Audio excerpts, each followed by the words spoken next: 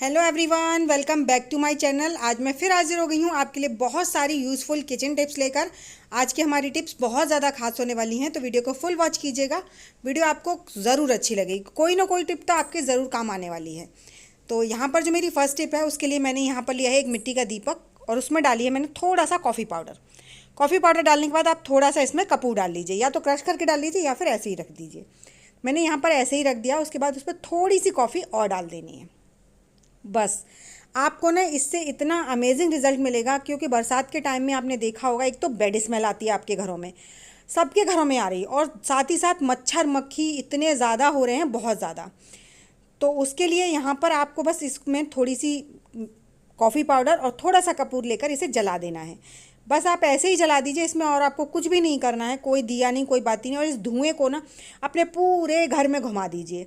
इससे जितनी भी आपके घर में बैड स्मेल आ रही होगी वो भी रिमूव हो जाएगी। साथ ही साथ अगर छोटे मोटे कीड़े मकोड़े हैं वो भी सारे ख़त्म हो जाएंगे, क्योंकि धुआं इसका ना इतना अमेजिंग खुशबू होती है, जिससे कि बहुत अच्छी हम लोगों को तो खुशबू लगती है, लेकिन जो कीड़े मकोड़े होते हैं उनको बिल्कुल पसंद नहीं होती है। तो ये छोटा सा आइडिया है, आई होप आपको ज़रूर पसंद आएगा। आप इसे ज़रूर ट्राई कीजिएगा, आपको ज़रूर अच्छा लगेगा।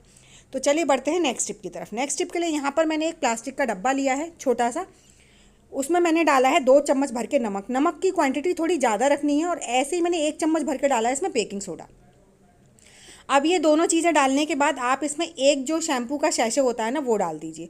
अगर शैम्पू का शैशे नहीं है तो आप जो liquid hand dish wash use करते हैं अपने घर में, वो ले लीजिए। उसके बाद आप इसे अच्छे से तीनों चीज़ों को एक दूसरे में मिक्स कर दीजिए। इन तीनों चीज़ों को अच्छे से मिक्स कर दीजिए, जिससे कि ये एक दूसरे में एकदम मिक्स हो जाए। उसके बाद आप इसका ढक्कन लगा दीजिए। अगर लिड वाला है तो लिड लगा दीजिए, लिड वाला नहीं है तो इसके ऊपर आप एक पॉलीथीन से इसे कवर कर दीजिए। उसके बाद इस लिड में ना जितने पॉसिबल हो उतने होल्स कर दीजिए। इसको अब आपने करना क्या है, ये आपका एक रूम फ्रेशनर कहें या फिर मतलब हमारे जो टॉयलेट में ना कितनी भी हम सफाई कर रहे हैं उसके बाद थोड़ी बहुत स्मेल तो आती है ही। तो उस टाइम पर आप इसको अपने टॉयलेट में रख दीजिए, जिससे आपके टॉयलेट में एक तो नेगेटिविटी भी नहीं आएगी और साथ ही साथ एक अच्छी सी खुशबू आती रहेगी। तो ये छोटी सी टिप है, लेकिन बहुत काम की है। इसे आप महीने में एक बार चेंज कर दीजिए, जिससे कि इसका जो है टाइम पीरियड काफ़ी अच्छे से बना रहता है। तो आई होप आपको ये आइडिया भी ज़रूर पसंद आएगा। चलिए बढ़ते हैं नेक्स्ट टिप की तरफ। तो मेरी जो नेक्स्ट टिप है ना, वो है मेरे जो इस तरह के सॉस के पाउचेस वगैरह होते हैं, जब उनमें सॉस रह जाता है ना लास्ट में, तो हमें ना कितनी भी अच्छी तरह से निकालने की कोशिश करें लेकिन निकलता नहीं है। तो उस टाइम पर आपको कुछ नहीं करना है। आप ले लीजिए जो कोई भी एक कटोरी, जिसमें जितना भी इसका एक्स्ट्रा सॉस है वो सारा निकल आए। तो देखिए मैं इसे इस तरह से टैप टैप करके कर रही हूँ, तो बहुत ही कम सॉस निकल रहा है। लेकिन अभी इसमें ना काफ़ी सॉस है, क्योंकि नीचे वाली जो लेयर होती है ना उसमें सॉस रह जाता है। तो आप बेलन की मदद से आप इस पर ना बेलन आगे की तरफ प्रेस कीजिए। उससे क्या होगा, जितना भी सॉस इसमें नीचे जमा होगा ना, वो सारा सॉस जो है वो ऊपर की तरफ चला जाएगा। ऐसे ही जैसे अगर आपके टूथपेस्ट वगैरह में टूथपेस्ट बिल्कुल लगता है आपको ख़त्म हो गया, तो उस टाइम पर भी ये टिप आप ट्राई कर सकते हैं। तो जितना भी है देखिए नीचे से अब बिल्कुल फ्लैट हो गया है, तो अब जितना भी सॉस था ना वो सारा ऊपर चला गया है।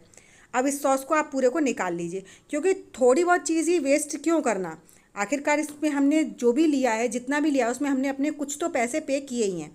उसके बाद आप इसे ऐसे हिला हिलाकर अच्छे से निकाल लीजिए। तो देखिए धीरे धीरे करके ही इसमें काफ़ी सारा सॉस निकल आया, मतलब एक दिन के इस्तेमाल के लिए आपका सॉस जो है वो काफ़ी निकल आया है।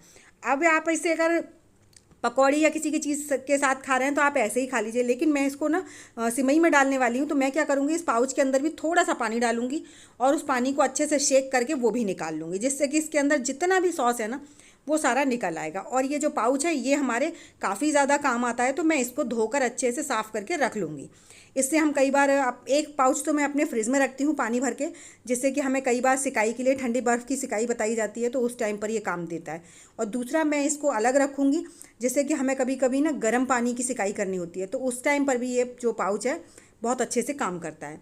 और जो मेरी सेकंड टिप है ना, वो भी इसी से रिलेटेड है। जैसे हम कई बार क्या होता है, नमकीन सिमई बनाते हैं या फिर नूडल्स वगैरह बनाते हैं, तो मेरा क्या रहता है, नमकीन सिमई को ना पहले आप अच्छे से घी में अच्छे से भून लीजिए। हालांकि ये पहले से भुनी हुई होती हैं, लेकिन जब तक आप इसमें अच्छे से घी में नहीं भूनेंगे ना, तो ये एक दूसरे से चिपक जाएंगी। अगर आप इन्हें घी में अच्छे से भून लेंगे तो ये आप इन्हें कितने भी अच्छे से ओवर कुक भी हो जाएंगी ना, तो भी ये स्टिकी नहीं होती हैं, क्योंकि इनके ऊपर एक घी की कोटिंग जम जाती है।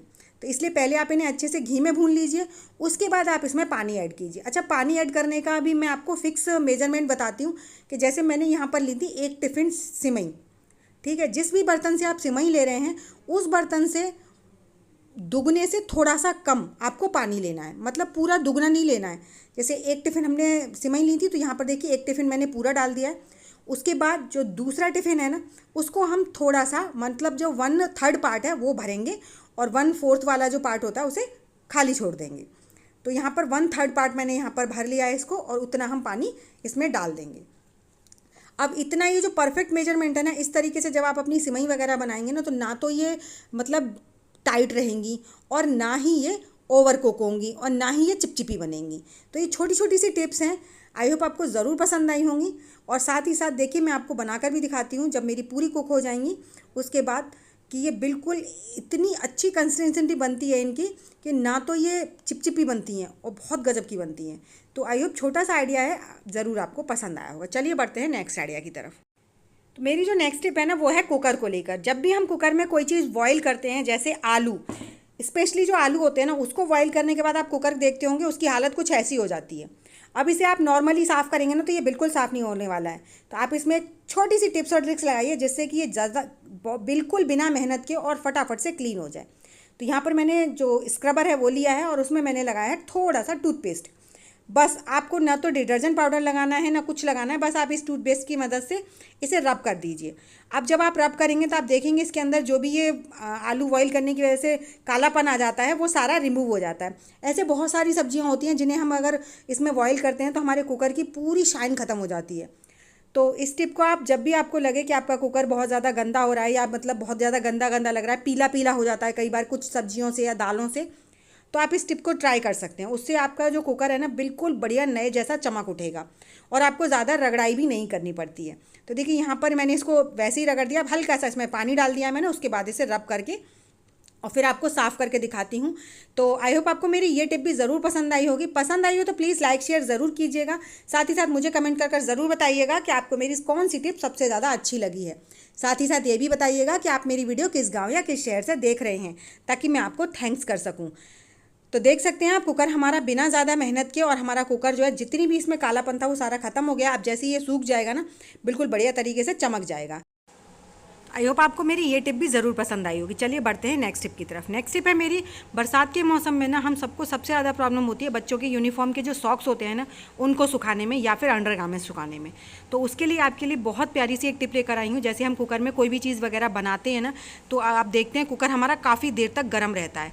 तो इन सारी चीज़ों को सुखाने के लिए आप न्यूज़पेपर का इस्तेमाल कीजिए। क्योंकि न्यूज़पेपर जो होता है ना वो ऑलरेडी बहुत ज़्यादा पानी को सोख लेता है। साथ ही साथ इनकी जो गर्माहट की वजह से इलास्टिक ख़राब होने का डर रहता है ना, तो वो भी नहीं होता है। क्योंकि सॉक्स जो होते हैं ना मोटे वाले वो बहुत मुश्किल से सूखते हैं।